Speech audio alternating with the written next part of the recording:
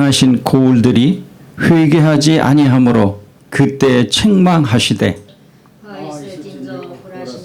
바이스딘저 벳세다야 너희에게 행한 모든 권능을 두로와 시돈에서 행하였더라면 그들이 벌써 베옷을 입고 제에 앉아 회개하였으리라. 내가 너희에게 이르노니 심판날에 두로와 시돈이 너희보다 견디기 쉬우리라. 가버나움아 네가 하늘에까지 높아지겠느냐 음부에까지 낮아지리라. 네가 한 모든 권능을 시돈에서 행하였더라면 그 성이 오늘까지 있었으리라. 다 같이 내가 너희에게 이르노니 심판날에 소돔 땅이 나보다 견디기 쉬우리라 하시니라. 아멘.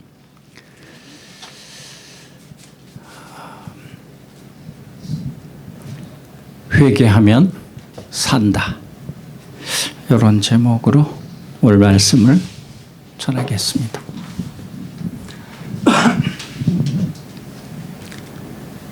회개를 해야 생명이 있습니다. 회개 없이는 천국에 가지 못합니다. 구원의 은혜를 입은 자, 바로 회심한 자들이라 할 수 있겠습니다. 우리 삶에서 회개의 삶이란 어떤 것일까요? 그리스도인의 삶이 바로 회개의 삶입니다. 회개로 시작해서 날마다 지속적 회개하는 삶. 그래서 그리스도인의 삶은 회개의 삶이라 이렇게 일컫습니다. 예수님께서 말씀하십니다. 회개치 않은 고울들을 책망하시는 것을 볼 수 있습니다. 예수님께서 권능을 많이 베푸신 고울들이 회개치 않는 것을 책망하셨습니다. 그리고 화 있다고 말씀하셨습니다. 이것은 엄중한 책망이었습니다. 그렇다면 이 회개가 왜 필요한가? 첫 번째로 회개의 필요성을 살펴보겠습니다. 마태복음 4장 17절에 주보에 있습니다. 함께 시작. 이때부터 예수께서 비로소 전파하여 이르시되 회개하라 천국이 가까이 왔느니라 하시다. 그렇습니다. 회개하라 천국이 가까웠느니라. 예수님의 일성이었습니다. 이 말씀으로 공생애가 시작되었습니다. 왜 회개가 있어야 하나? 모든 사람은 잘못된 길을 가고 있습니다. 잘못된 길이라는 것은 멸망의 길입니다. 이것을 돌이키는 것이 회개입니다. 멸망의 길을 그렇지 않은 길로 돌이키는 것. 회심이라고 말하죠. 근본적으로 돌이키는 것을 말합니다. 왜냐하면 죄의 길은 멸망의 길이기 때문에 돌이킬 필요성이 있습니다. 그렇기 때문에 회개가 없으면 바로 망하는 길입니다. 망하는 길은 죽는 길이고 죽는 길은 심판의 길이고 영원한 불못입니다. 더욱 강조드리는 말씀은 이 회개가 없다면 앞에서도 말씀드렸듯이 천국에 갈 수가 없습니다. 마태복음 18장 3절에 너희가 돌이켜 어린아이들과 같이 되지 아니하면 결단코 천국에 들어가지 못하리라. 사도행전 3장 19절에 그러므로 너희가 회개하고 돌이켜 너희 죄 없이 함을 받으라. 엄중한 말씀이 있습니다. 우리가 천국에 가기 위해서 이 회개가 필요하다고 회개의 필요성을 제가 피력했습니다. 그렇다면 두 번째는 진정한 회개는 무엇인가? 진정한 회개. 그럼 무엇이 회개인가? 우리는 진정한 회개가 무엇인지 바로 알아야 되겠습니다. 물론 우리 이 많은 연륜을 가지고 신앙생활을 해오셨습니다. 수없이 이 말은 들었고 실천하셨고 또 응답을 받으셨을 것입니다. 거듭 되새기고 다시 일깨우는 의미에서 이 말씀을 드립니다. 진정한 회개가 무엇인지 바로 알기를 원합니다. 그래야 우리의 신앙이 바로 되었는지, 나 자신의 신앙 상태가 어떠한지를 바로 점검할 수 있기 때문입니다. 비교하고 싶지는 않지만 모든 기독교인들 이렇게 말합니다. 이신칭의, 오직 믿음으로 의롭게 산다. 기독교의 핵심 교리입니다.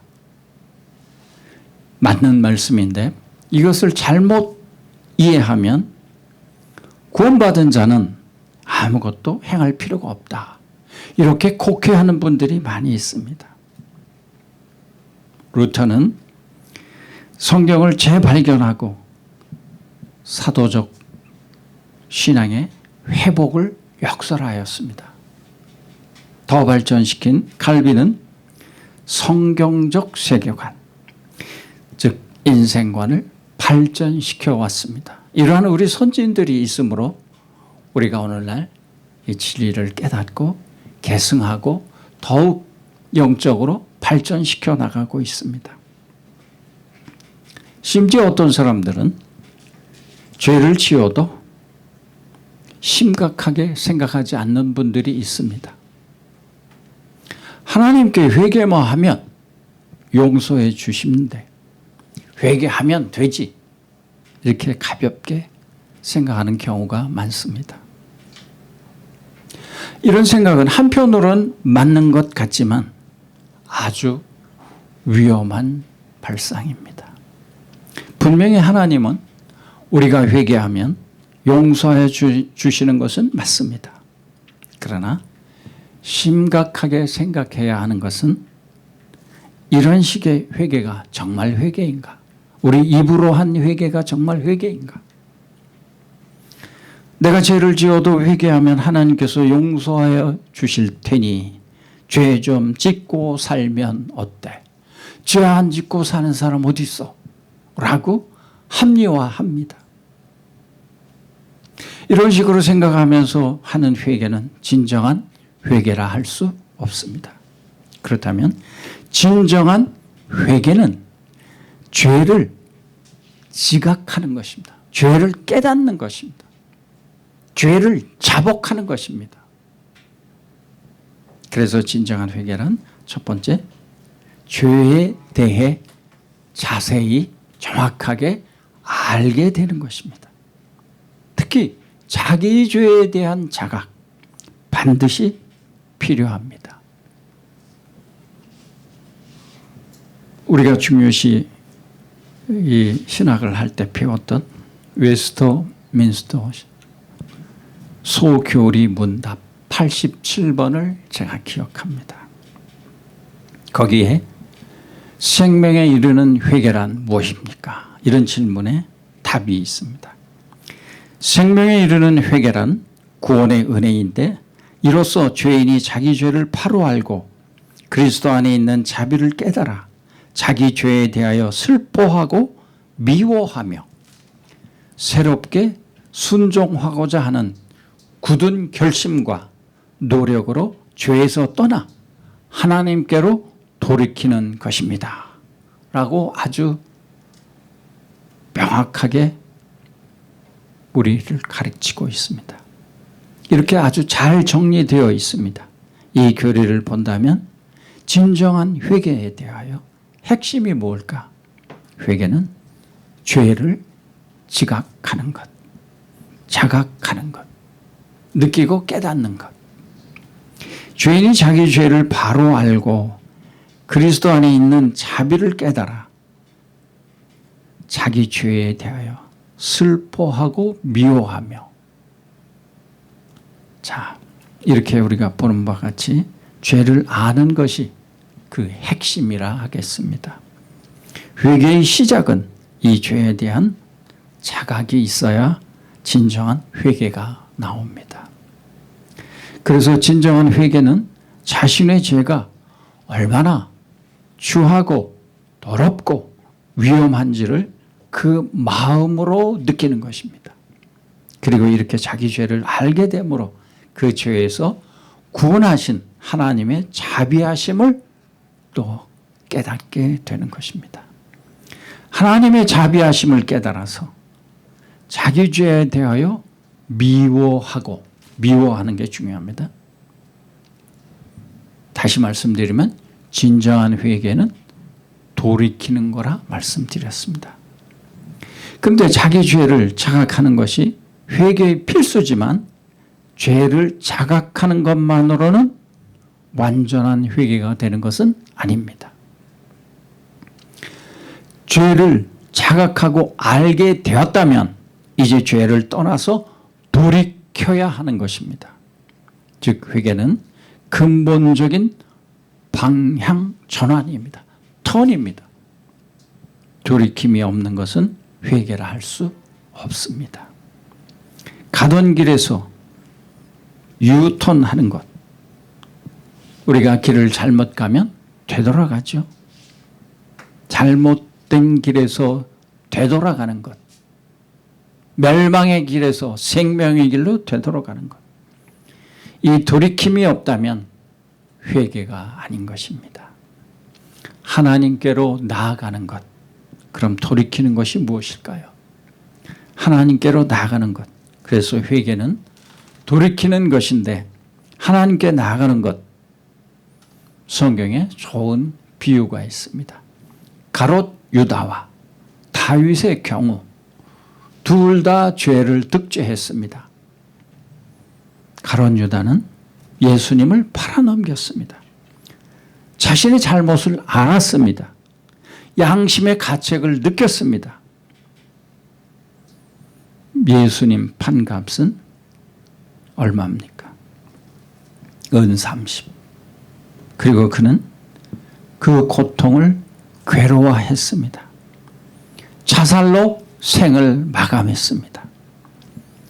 그는 자신의 죄를 자각했어요. 그러나 그것은 양심의 가책이고 자신의 일을 후회하는 것이었습니다. 중요한 것은 하나님 앞에 죄라는 것을 알지 못했어요. 자신이 지은 것, 자신만 생각을 한 거예요. 하나님 앞에 내가 득죄했구나. 이것을 깨닫지 못한 거죠. 그저 자신의 양심에 걸린 것. 그렇기 때문에 그는 이 문제를 가지고 하나님께 나아가지 못했습니다. 즉 그는 진정한 회개로 나가지 못했던 것입니다. 그렇다면 다윗의 경우를 보면 그도 죄를 지었습니다. 끔찍한 범죄입니다. 충신 우리아의 아내와 간음죄를 지었습니다. 이 죄를 숨기기 위해 우리아를 적진에 고립시켜 사망케 했습니다. 심판받아 마땅한 죄입니다. 그러나 다윗은 영원한 멸망으로 떨어지지 않았습니다. 과연 무엇이 차이가 있는가요? 다윗은 자신의 죄를 자각하고 슬퍼하며 후회하는 것으로 그친 것이 아니라 하나님께 나아갔습니다. 시편 51편 3절로 4절. 무릇 나는 내 죄가를 아오니 내 죄가 항상 내 앞에 있나이다. 내가 주께만 범죄하여 주의 목전에 악을 행하였사오니 주께서 말씀하실 때에 의로우시사 하고 주께서 심판하실 때에 순진하시다 하리이다. 놀라운 고백입니다.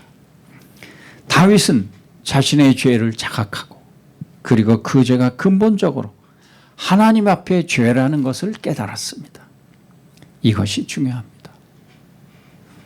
다윗은 이 문제가 근본적으로 하나님 앞에 용서받아야 하는 것이라는 것을 깨닫고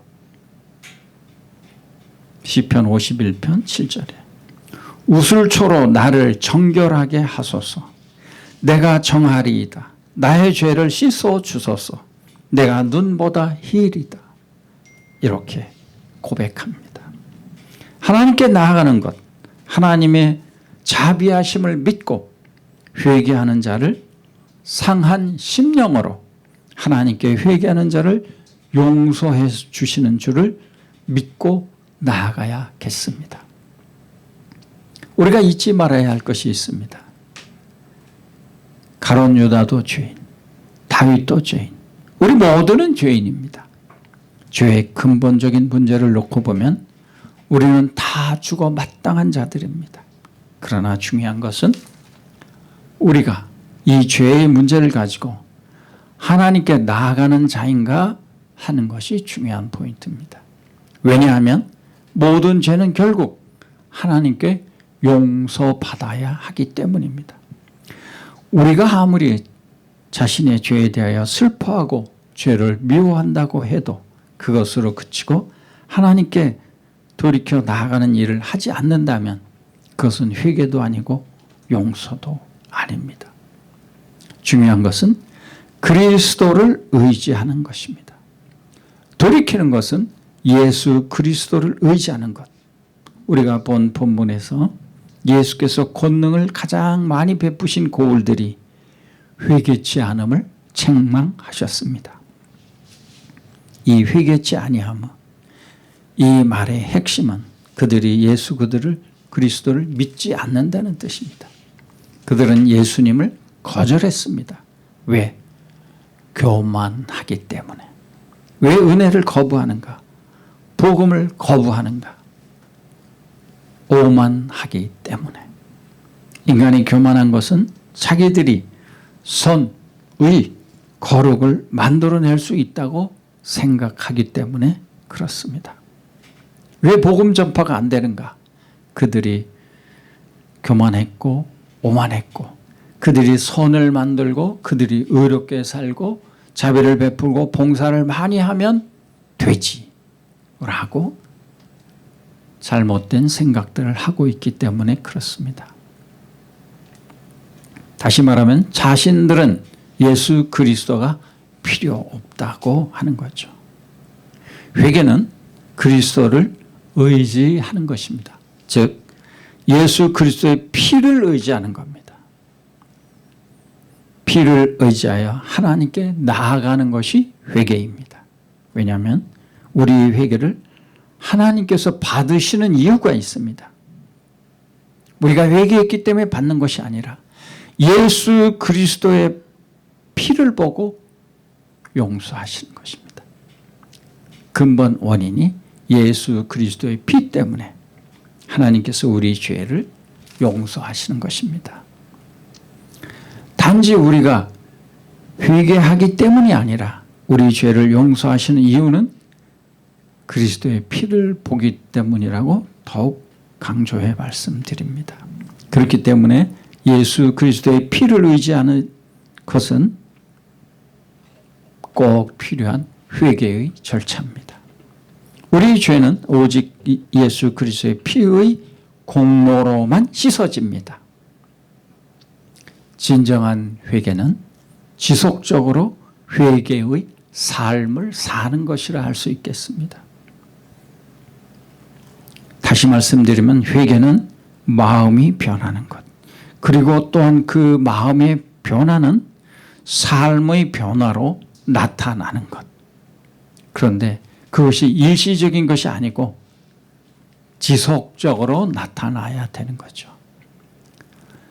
회개했으면 회개한 증거가 삶으로, 생활로, 언어로 나타나는 것이 지당하겠습니다. 진정한 회개를 한 사람은 하나님과 동행하기를 기뻐합니다. 그 목적을 가지고 그것을 위해 끊임없이 노력하고 애쓰게 됩니다. 그렇게 하다 하나님께 발견된다면 내가 회개하고 하나님과 동행하기를 원합니다. 이런 고백으로 사는 삶이 하나님께 발견되어진다면 우리는 큰 영광일 것입니다. 다시는 죄를 짓지 않기 위해서 지속적인 노력을 기울이는 것. 우리가 오늘도 내일도 새벽마다 눈물 콧물을 흘리면서 죄인 그런 고백이 아니라 진정한 회심에서 우러나오는 회개의 삶을 살게 된다는 것.